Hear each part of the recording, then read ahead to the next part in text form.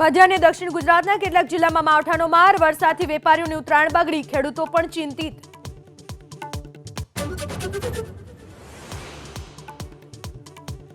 દિલ્હી સહિત ઉત્તર ભારતના કેટલાક રાજ્યોમાં ગાઢ ધુમ્મસ સાથે કાતિલ ઠંડી, તો મુંબઈના કેટલાક વિસ્તારોમાં વરસાદ.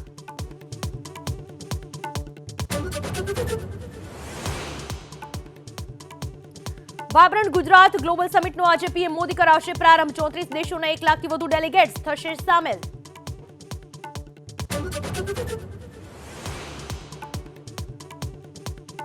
મહારાષ્ટ્રમાં રાજનીતિને લઈને આજે મોટો દિવસ. શિવસેનાના બળવાખોર ધારાસભ્યની અયોગ્યતા પર આજે વિધાનસભા અધ્યક્ષની આવશે નિર્ણય.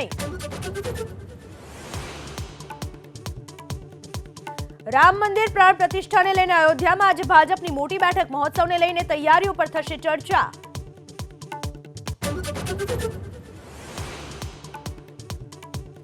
બેટ દ્વારકા ઓખાને જોડતા સિગ્નેચર બ્રિજનું કામ પૂર્ણ થતા કરાયો કેપેસિટી ટેસ્ટ. ટૂંક સમયમાં લોકાર્પણની તારીખ થઈ શકે જાહેર.